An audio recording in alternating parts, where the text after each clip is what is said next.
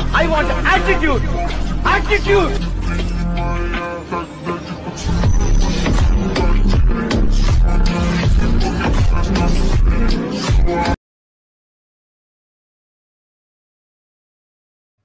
Hello guys, আপনারা যদি এই ধরনের হোয়াটসঅ্যাপ স্ট্যাটাস বা ভিডিও এডিট করতে চাও তাহলে চ্যানেলটি সাবস্ক্রাইব করে বেল আইকনটা প্রেস করে দেন। প্রথমে চলে আসবো ভিএন অ্যাপসটা ওপেন করে দেবো। আসার পরে এটা কী করবো, উপরে যে থ্রি ডট বলে অপশন আছে সেখানে আবার ক্লিক করে দেবো। ক্লিক করার পর স্ক্যানার বলে যে অপশন আছে সেখানে আবার ক্লিক করে দেবো। আসার পর এরকম করে পেজ চলে আসবে। আসার পর সেম আবার এখানে ক্লিক করে দেবো। আসার পর এখান থেকে একটা বারকোড এখান থেকে একটা সিলেক্ট করে নেবো। সিলেক্ট করার পর কী করবো, এরকম করে হালকা লোডিং হবে।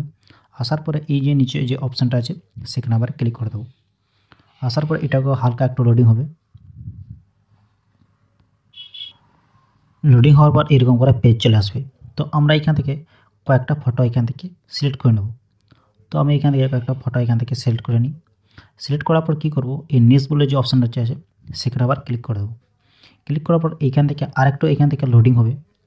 লোডিং হওয়ার পর এরকম করে পেজ চলে আসবে। তো এই ভিডিওটা এটা তৈরি হয়ে গিয়েছে। আসার পর এটাকে কি করব, উপরে যে অ্যারো চিহ্ন আছে সেখানে আবার ক্লিক করে দেবো। ক্লিক করার পর কী করব, এটাকে একবার ইনপুট করে নেব। তো আমি ওই ভিডিওটা ডাউনলোড করে নিলাম।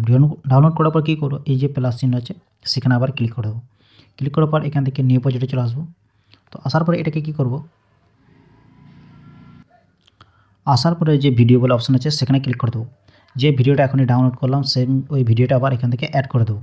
অ্যাড করার পর এটাকে কী করব, ওটাকে অ্যাড করার পর এটাকে আবার নেক্সট করে দেবো। নেক্সট করার পর এরকম করে পেজ চলে আসবে। আসার পরে সেম এই মিউজিক বলে যে অপশান আছে সেখানে ক্লিক করব। মিউজিকে চলে আসবো। আসার পরে মাই মিউজিকে চলে আসবো। তো আমি এখান থেকে মিউজিকটা সিলেক্ট করে নেব। তো আমি এটা মিউজিকটা আমি এখান থেকে অ্যাড করে নিই। এখান থেকে